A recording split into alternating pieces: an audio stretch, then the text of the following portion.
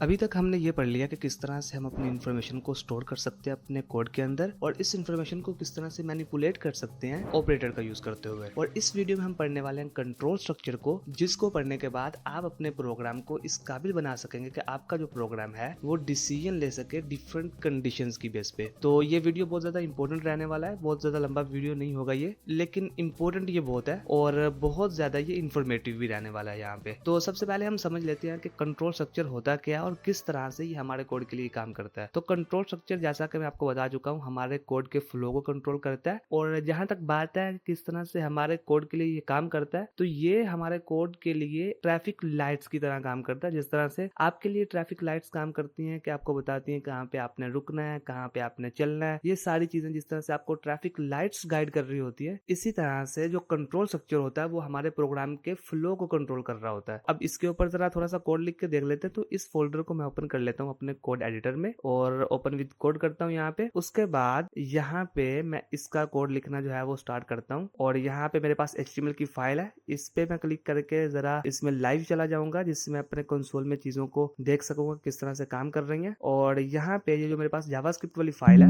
इसमें मैं कोड लिखूंगा। तो एक चीज आप याद रखो कि ये सारे फोल्डर्स का जो स्ट्रक्चर है, जिस तरह से मैंने बना कर रखा है अपना टाइम को सेव करने के लिए, ये सारा मैंने डिस्क्रिप्शन में आपको प्रोवाइड किया हुआ है, आप वहां से डाउनलोड कर सकते हैं। तो यहाँ पे जो है मैं अभी लाइव कर लेता हूँ, गो लाइव पे क्लिक करके। उसके बाद जो है मैं यहाँ पे एक काम करता हूँ कि कंसोल को भी ओपन कर लेता हूँ, क्योंकि ज्यादातर चीजें हम कंसोल में ही देख रहे हैं। तो कंसोल को ओपन मैं यहाँ पे क्लिक करके कर लेता हूँ और इसे एक दफा रिलोड करते हैं। और यहाँ पे एक चीज मैं और कर सकता हूँ, एक साइड पे ना मैं ओपन कर लूँ यहाँ पे जो है वो इसको, और दूसरी साइड पे ओपन कर लेता हूँ अपने कोड एडिटर को। तो यहाँ पे इसको कंसोल भी आपको भी नजर आ रहा है और जो मेरा कोड एडिटर है वो भी नजर आ रहा है, ताकि सारे जो है वो चीजें सामने ही रहे। तो सबसे पहले हम बात करते हैं कि कंट्रोल स्ट्रक्चर में हमारे पास आता क्या है। तो यहाँ पे यार हमारे पास कंडीशनल स्टेटमेंट्स रहती हैं, जिसमें सबसे पहले हमारे पास आती है इफ स्टेटमेंट, जिसकी हमने पिछली वीडियो में थोड़ी सी बात की भी थी। तो इफ स्टेटमेंट के साथ हम एक कंडीशन एसोसिएट करते हैं। अगर वो कंडीशन ट्रू होती है तो इफ स्टेटमेंट के साथ एक ब्लॉक होता है, तो जो उस ब्लॉक के अंदर कोड लिखा गया होता है वो एग्जीक्यूट हो जाता है। जिस तरह से यहाँ पे मैं इफ के साथ एक कंडीशन लिख देता हूँ, मैं बोलता हूँ यहाँ पे इस प्रोग्राम को थोड़ा सा मीनिंगफुल बनाते हैं। तो पहले तो मैं एक वेरिएबल क्रिएट कर लेता हूँ, जिसे मैं बोल देता हूँ नंबर। इस नंबर को मैं बोल देता हूँ 7। तो ये जो मेरा प्रोग्राम है ये चेक करके बताएगा कि नंबर जो है वो पॉजिटिव है, नेगेटिव है, या क्या है, या इसके अलावा कुछ। जिस तरह से यहाँ पे मैं कहता हूँ नंबर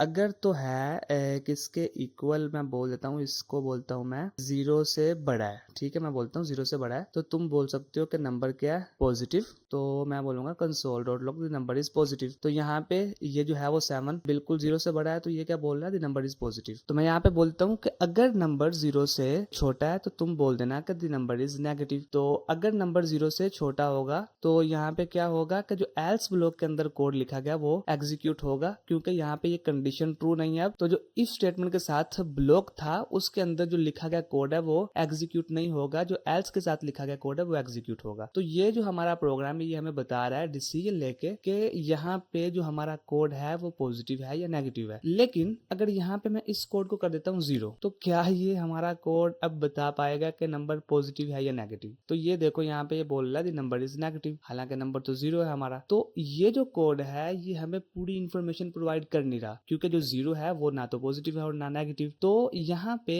इस कोड के अंदर हमें मल्टीपल कंडीशंस ऐड करना पड़ेंगे। तो मल्टीपल कंडीशन किस तरह से ऐड करेंगे कि क्या हम यहाँ पे एल्स के साथ कंडीशन लिख देंगे? तो एल्स के साथ यहाँ पे कंडीशन हम लिख नहीं सकते, तो हमें क्या करना पड़ता है, लिखना पड़ता है यहाँ पे एल्स इफ। तो यहाँ पे हमारे पास एक एल्स इफ ब्लॉक भी होता है, मतलब एल्स ही होता है। हम बोलते हैं अगर ये कंडीशन ट्रू है तो जो इस ब्लॉक के अंदर जो लिखा गया कोड है तुम उसको एग्जीक्यूट करवा देना, और अगर ये कंडीशन ट्रू नहीं है तो फिर तुम इस कंडीशन को देखना। किस कंडीशन को हम बोलते हैं कि नंबर अगर 0 से छोटा है तो तुम बोल देना नंबर इज नेगेटिव, और इसके अलावा अगर कोई चीज आती है तो एल्स ब्लॉक के अंदर हम लिख सकते हैं द नंबर इज 0। तो यहाँ पे ये क्या बोल रहा है, नंबर 0 है, तो ये बोल रहा है नंबर जो है वो 0 है। तो यहाँ पे अगर मैं इस तरह से लिख देता हूँ तो आप इस कोड को बड़ी अच्छी तरह समझ सकते हो। तो ये जो है अभी हमें पूरी इंफॉर्मेशन प्रोवाइड कर रहा है। तो इस तरह से हमारे पास इफ, एल्स इफ और एल्स काम करते हैं। अब एल्स इफ आप जितने भी चाहो यूज कर सकते हो अपने प्रोग्राम के अंदर, और इफ और जो हमारे पास एल्स है जो है वो एक जो हमारे पास स्टेटमेंट रहती है उसमें एक दफा ही आएगा, और एल्स इफ के साथ आप जितनी भी कंडीशंस लिखना चाहो लिख सकते हो। जिस तरह से यहाँ पे अगर मैं एल्स इफ की मल्टीपल यूज केसेस बताऊं तो वो भी बता सकता हूँ। तो अभी जरा इस पे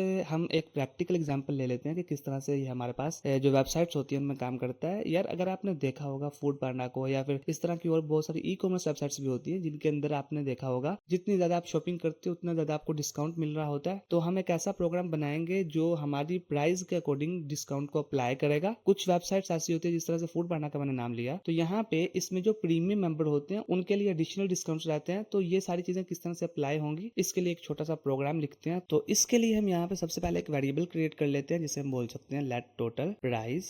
और अभी इस प्राइस में कुछ भी रख सकते हैं हम। यहाँ पे मैं रख देता हूँ 180। उसके बाद जो है मैं एक और वेरिएबल क्रिएट करता हूँ जिसमें मैं बोल दूंगा कि मेंबरशिप इस बंदे के पास अगर है तो उसके लिए थोड़ा सा जो है वो स्पेशल डिस्काउंट रख सकते हो। लेकिन इसके साथ मैं लिख दूंगा कि अगर यूजर जो है वो प्रीमियम मेंबर है तो उसके लिए हम स्पेशल कुछ डिस्काउंट रखेंगे जो आगे जाके हम लिखते हैं अभी। और उसके बाद हम यहाँ पे एक वेरिएबल क्रिएट कर लेते हैं लेट डिस्काउंट, और इसको जो है वो बाद में हम वैल्यू असाइन करेंगे। तो यहाँ पे अभी जो है मैं लिखता हूँ इफ टोटल प्राइस, जो टोटल प्राइस हमारे पास है वो है 200 से अबव। तो यहाँ पे तुम क्या करना, डिस्काउंट जो है ना वो तुम अप्लाई कर देना यहाँ पे 10%। ठीक है, ये चीज मैंने बोल दी, तुम 10% डिस्काउंट अप्लाई कर देना। अगर यहाँ पे मैं लिखता हूँ एक और कंडीशन, और वो कैसे लिखूंगा, एल्स इफ का यूज करते हुए। अगर टोटल प्राइस जो है वो हमारे पास है 150, तो यहाँ पे जो है वो डिस्काउंट जो हम अप्लाई करेंगे वो रहेगा हमारे पास 5%। और इसके अलावा एक चीज मैं यहाँ पे और ऐड करूंगा कि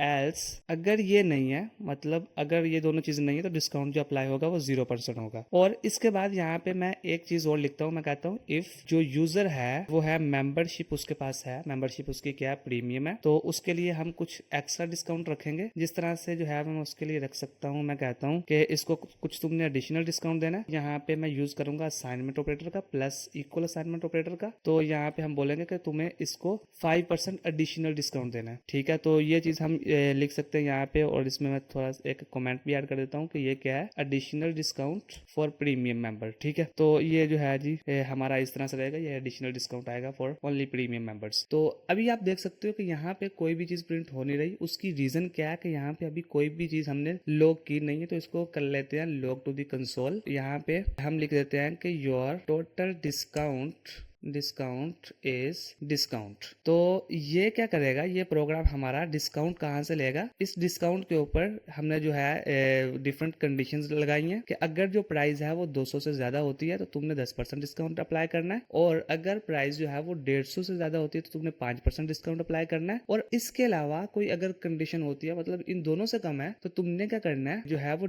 कोई भी डिस्काउंट अप्लाई नहीं करना है यहाँ पे, मतलब इनके पास जो है वो डिस्काउंट 0 रहेगा। लेकिन अगर जो मेंबरशिप है, जो बंदा जो परचेज कर रहा है इस चीज को, अगर उसके पास प्रीमियम मेंबरशिप है तो उसके लिए 5% डिस्काउंट जो है वो एडिशनल रहेगा। तो जिस तरह से यहाँ पे मैंने टोटल प्राइस रखी हुई है 180, तो आपने मुझे ये बताना है कि यहाँ पे कितना डिस्काउंट अप्लाई होगा। यार ये साइड पे शो ही हो रहा है, मैं अब क्या ही आपसे पूछूं, लेकिन आंखें बंद करके आप बता सकते थे। तो ये एक नुकसान इसका ये भी है। लेकिन यहाँ पे ये क्या बोल रहा है, ये जो है टोटल 10% डिस्काउंट मिल रहा है हमें। 10% क्यों डिस्काउंट मिल रहा है, क्योंकि 5% जो है वो ये इसका आ रहा है जो 150 से ये अबव है, और 5% प्रीमियम मेंबरशिप का आ रहा है। ठीक है, तो इस तरह से जो है वो आप देख सकते हैं। अगर यहाँ पे इसको मैं एम्प्टी छोड़ देता हूँ तो ये जो है वो 5% हो जाएगा कि इस बंदे के पास प्रीमियम मेंबरशिप नहीं है। ठीक है, तो इस तरह से जो है वो हम सारी चीजों को कर सकते हैं। और इसी तरह से अगर मैं 180 की जगह पर 280 कर देता हूँ तो ये यहाँ पे आ जाता है हमारे पास टोटल 15% डिस्काउंट। तो इस तरह से जो है ये आप इफ एल्स का यूज कर सकते हो। आई होप कि आपने इसे एंजॉय किया होगा। और इस वीडियो में इतना है। और इसके अलावा यहाँ पे मैंने आपके लिए कुछ यहाँ पे